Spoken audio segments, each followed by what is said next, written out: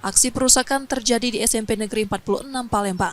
Rekaman kamera pengawas merekam sekelompok orang berpakaian gelap memecahkan kaca jendela ruang kelas dengan martil pada dini hari. Kepala Sekolah SMP Negeri 46 Palembang mengatakan kejadian ini bukan yang pertama. Sebelumnya aksi serupa terjadi pada April lalu.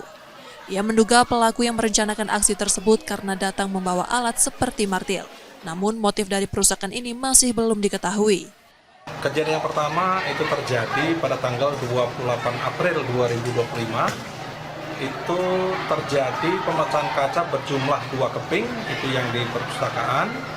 Kemudian kejadian yang kedua tanggal 9 Mei 2025, itu ada 34 keping kaca.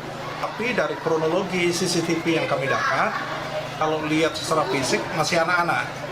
Tetapi kalau ini memang tidak kita laporkan, kita khawatirnya nanti akan terjadi lagi kegiatan-kegiatan yang seperti ini. Akibat kejadian ini, sebanyak 36 kaca di 10 ruang kelas pecah. Pihak sekolah telah melaporkan peristiwa ini ke polisi dan berharap pelakunya segera terungkap.